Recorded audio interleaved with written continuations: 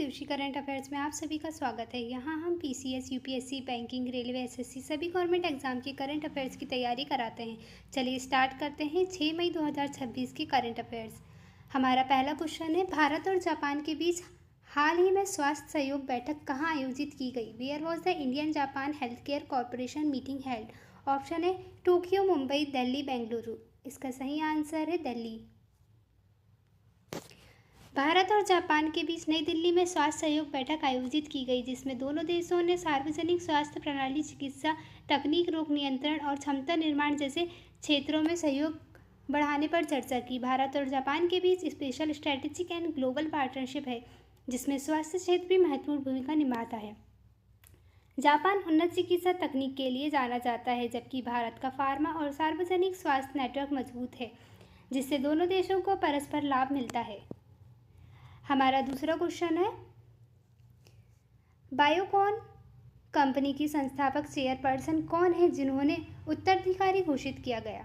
Who is the founder chairperson of Biocon who announce the successor? Option है इंदिरा नूई, किरण मजूमदार शॉ, निर्मला सीतारमन, फाल्गुनी नायर। इसका सही answer है किरण Majumdar Shaw.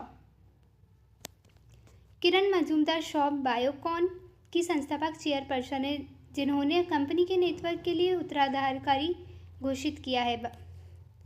Biocon 1978 में स्थापित एक प्रमुख भारतीय बायो फार्मास्यूटिकल कंपनी है, जिसका मुख्यालय बेंगलुरु में है। यह कंपनी बायोसिमिलर्स, फार्मास्यूटिकल्स और रिसर्च सेवाओं में कार्य करती है। कॉर्पोरेट उत्तराधिकारी किसी भी कंपनी में नेटवर्क की निरंतर बनाए रखने के लिए आवश्यक होता है, और यह कंपनी के दीर्घकालिक विकास में महत्वपूर्ण भूमिका निभाता है। हमारा तीसरा क्वेश्चन है, बैक्टीरिया को नष्ट करने वाला वायरस को क्या कहा जाता है? What are virus that kill bacteria called? Option है रेट्रोवायरस, बैक्टीरियोफेज, प्रोटोजोआ, फंगई। इसका सही आंसर है बैक्टीरियोफेज। बैक्टीरियोफेज ऐसा वायरस होता है जो विशेष रूप से बैक्टीरिया को संक्रमित कर उन्हें नष्ट करते हैं। हाल ही में वैज्ञानिकों ने ऐसे वायरस की पहचान की है जो दवा प्रतिरोधी बैक्टीरिया को खत्म कर सकता है। यह खोज एंटीमाइक्रोबियल रेजिस्टेंस के खिलाफ महत्वपूर्ण मानी जा रही है। फेज थेरेपी का उपयोग बैक्टीरियल संक्रमणों के उपचार में एंटीबायोटिक के विकल्प के रूप में किया जा सकता है। ये वायरस केवल बैक्टीरिया पर प्रभाव डालते हैं और मानव कोशिकाओं को प्रभावित नहीं करते। हमारा फोर्थ क्वेश्चन है, L&T किस राज्य में कोयला में अमोनियम नाइट्रेट परियोजना विकसित करेगा? L&T will develop a coal to ammonium nitrate project in which state? Option है गुजरात, उड़ीसा, झारखंड, छत्तीसगढ़। इसका सही आंसर है उड़ीसा। लॉर्सन एंड ट्रूबो L&T ओडिशा में कोल टू अमोनियम नाइट्रेट परियोजना विकसित करेगा। इस प्रक्रिया में कोयले को गैसीकरण द्वारा सिंथेसिस गैस में परिवर्तित किया जाता है, जिससे अमोनियम नाइट्रेट तैयार किया जाता है। अमोनियम नाइट्रेट एक महत्वपूर्ण रासायनिक यौगिक है, जिसका उपयोग उर्वरकों और औद्योगिक विस्फोटकों में किया जाता है। उड़ीसा खनिज संपदा में समृद्ध राज्य है और यहाँ कई औद्योगिक परियोजना संचालित होती है, जिससे यह परियोजना आर्थिक दृष्टि से महत्वपूर्ण है। हमारा फिफ्थ क्वेश्चन है, 2026 का पुलिस्टर पुरस्कार इलस्ट्रेट रिपोर्टिंग किस प्रोजेक्ट के लिए दिया गया? Which project won the Pulitzer prize 2026 for illustrate reporting? Option है digital India, trapped, cyber crime India, data leak. इसका सही आंसर है ट्रैप्ड।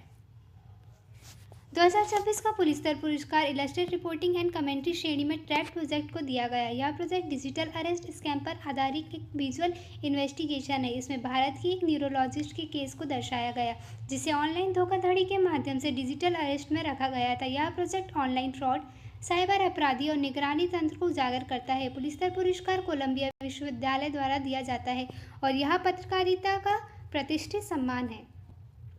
हमारा सिक्स्थ क्वेश्चन है, दो तारों के चारों ओर घूमने वाले ग्रहों को क्या कहा जाता है? What are planets orbiting two stars called? Option है exoplanets, binary planets, circumbinary planets, dwarf planets. इसका सही आंसर है सर्क्यूम्बिनरी प्लैनेट्स। सर्क्यूम्बिनरी ग्रह वे ग्रह होते हैं जो एक के बजाय दो तारों के चारों ओर परिक्रमा करते हैं। हाल ही में वैज्ञानिकों ने ऐसे 27 संभावित ग्रहों की पहचान की है। इन्हें टैटून लाइक प्लैनेट भी कहा जाता है, जो स्टार वॉर्स के काल्पनिक ग्रह से प्रेरित नाम है। पहला पुष्टि किया गया है ऐसा ग्रह कैल्पर 16b था।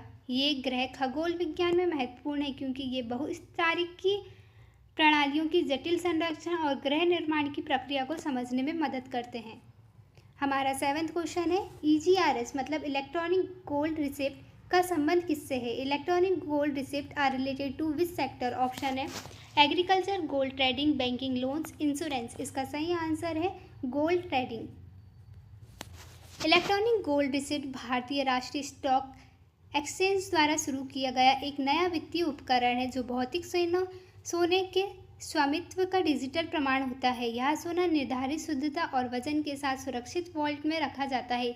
EGRS को स्टॉक एक्सचेंज पर खरीदा बेचा जा सकता है जिससे सोने के व्यापार में पारदर्शिता और मानकीकरण आता है। यह प्रणाली भारत के संगठित गोल्ड मार्केट को मजबूत बनाने की दिशा में एक महत्वपूर्ण कदम है।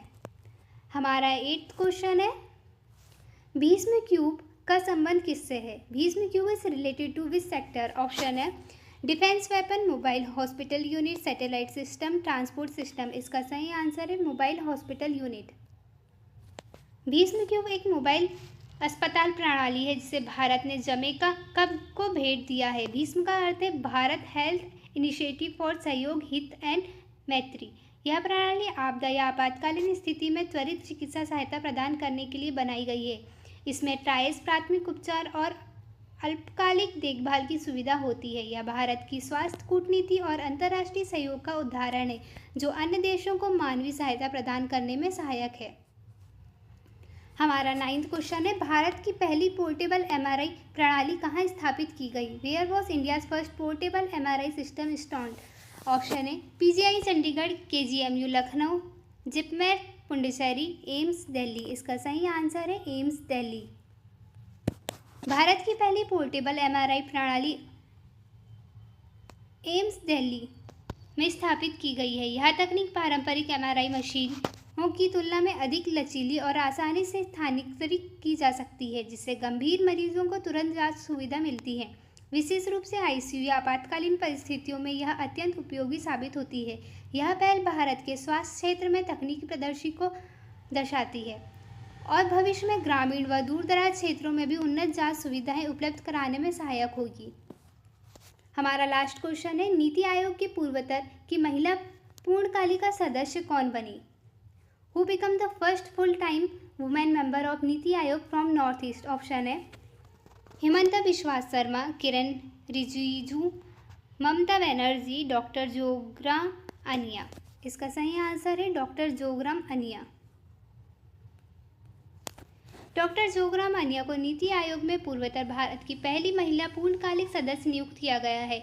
यह नियुक्ति क्षेत्रीय प्रतिनिधित्व और महिला सशक्तिकरण की दिशा में एक महत्वपूर्ण कदम है। नीति आयोग देश की प्रमुख नीति निर्माण संस्था है जो आर्थिक विकास और योजनाओं के क्रियान्वयन में महत्वपूर्ण भूमिका निभाती है। पूर्वोत्तर क्षेत्र में इस स्तर पर प्रतिनिधित्व बढ़ने से क्षेत्रीय विकास, बुनियादी ढांचे और सामाजिक योजनाओं को मजबूती मिलने की उम्मीद है। फ्रेंड्स, हम आपको 2 क्वेश्चन होमवर्क देंगे जिससे हमें पता चलेगा आपको कितने क्वेश्चन के आंसर याद हैं। इन क्वेश्चन के आंसर आप हमें कमेंट में बताएं। हमारा पहला क्वेश्चन है L&T किस राज्य में कोयला में से अमोनियम नाइट्रेट परियोजना विकसित करेगा? भारत की पहली पोर्टेबल MRI प्रणाली कहाँ स्थापित की गई है? अगर आपको वीडियो इन्फॉर्मेटिव लगती हो तो प्लीज़ लाइक करें, चैनल को सब्सक्राइब करें, अपने फ्रेंड्स को शेयर करें। Thank you for watching.